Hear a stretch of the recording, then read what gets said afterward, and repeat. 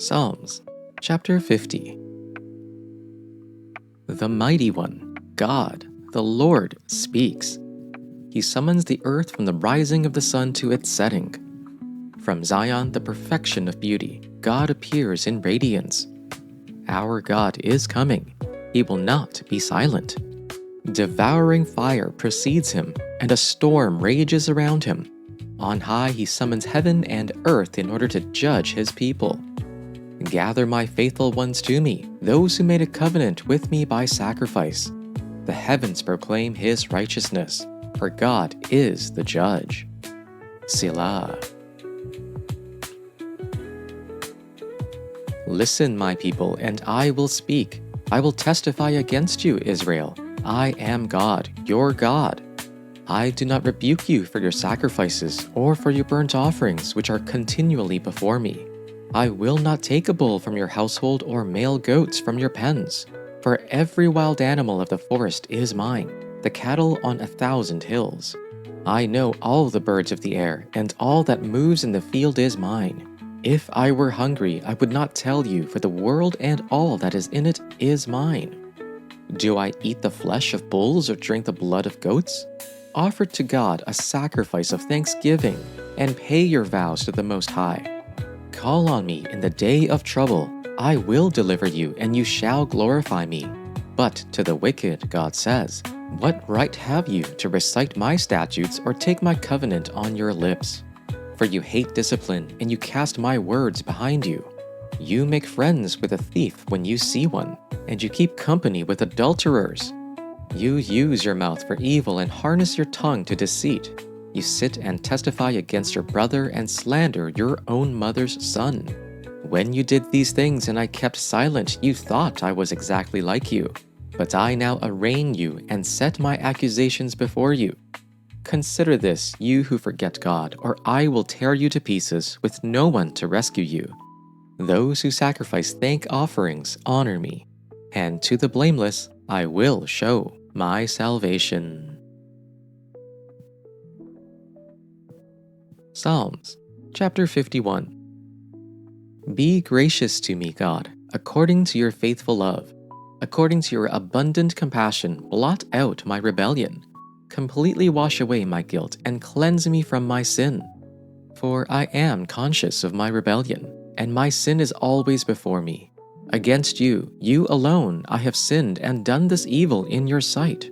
So you are right when you pass sentence. You are blameless when you judge. Indeed, I was guilty when I was born. I was sinful when my mother conceived me. Surely you desire integrity in the inner self, and you teach me wisdom deep within. Purify me with hyssop, and I will be clean. Wash me, and I will be whiter than snow. Let me hear joy and gladness. Let the bones that you have crushed rejoice. Hide your face from my sins, and blot out all my iniquities. Create in me a clean heart, O God, and put a new and right spirit within me. Do not cast me away from your presence, and do not take your Holy Spirit from me. Restore to me the joy of your salvation, and sustain me in a willing spirit. Then I will teach transgressors your way, and sinners will return to you. Deliver me from bloodshed, O God of my salvation, and my tongue will sing aloud of your deliverance. Open my lips, Lord, and my mouth will declare your praise. You do not delight in sacrifice, or I would bring it. You do not take pleasure in burnt offerings. My sacrifice, O God, is a broken spirit. A broken and contrite heart you, God, will not despise. May it please you to prosper Zion, to build up the walls of Jerusalem. Then you will delight in the sacrifices of the righteous, in burnt offerings offered whole. Then bulls will be offered on your altar. Psalms, chapter 52. Why boast about evil, you hero? God's faithful love is constant. Like a sharpened razor, your tongue devises destruction, working treachery. You love evil instead of good, lying instead of speaking truthfully. Selah. You love all words that devour, O deceitful tongue, but God will break you down forever. He will snatch and tear you from your tent. He will uproot you from the land of the living.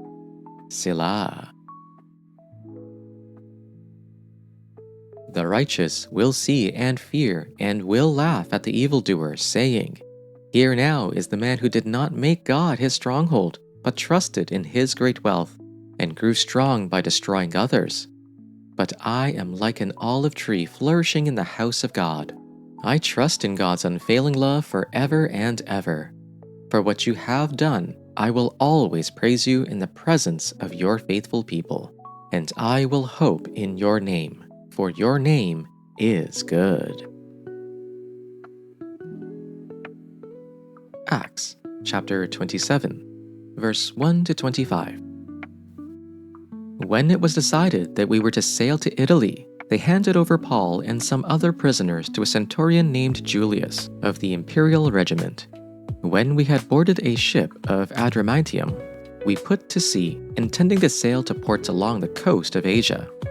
Aristarchus, a Macedonian of Thessalonica, was with us. The next day we put in at Sidon, and Julius treated Paul kindly and allowed him to go to his friends to receive their care.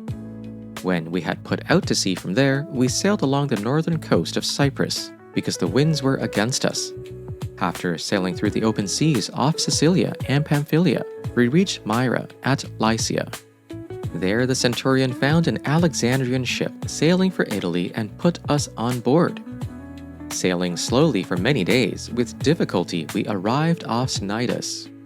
Since the wind did not allow us to approach it, we sailed along the south side of Crete off Salmone.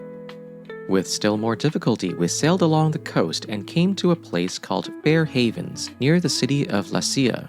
By now, much time had passed, and the voyage was already dangerous. Since the Day of Atonement was already over, Paul gave his advice and told them, Men, I can see that this voyage is headed toward disaster and heavy loss, not only of the cargo and the ship, but also of our lives. But the centurion paid attention to the captain and the owner of the ship rather than to what Paul said. Since the harbor was unsuitable to winter in, the majority decided to set sail from there, hoping somehow to reach Phoenix, a harbor on Crete facing the southwest and northwest, and to winter there. When a gentle south wind sprang up, they thought they had achieved their purpose. They weighed anchor and sailed along the shore of Crete. But before long, a fierce wind called the Northeaster rushed down from the island. Since the ship was caught and unable to head into the wind, we gave way to it and were driven along. After running under the shelter of a little island called Calda, we were barely able to get control of the skiff. After hoisting it up, they used ropes and tackle and girded the ship. Fearing they would run aground on the Syrtis, they lowered the drift anchor, and in this way they were driven along. We were being pounded by the storm so violently that on the next day they began to throw the cargo overboard, and on the third day, with their own hands, they threw the ship's tackle overboard. When neither sun nor stars appeared for many days and no small tempest raged, all hope of our being saved was at last abandoned. Since they had been without food for a long time, Paul then stood up among them and said, Men, you should have listened to me and not have set sail from Crete, and thereby avoided this damage and loss. I urge you now to keep up your courage, for there will be no loss of life among you, but only of the ship.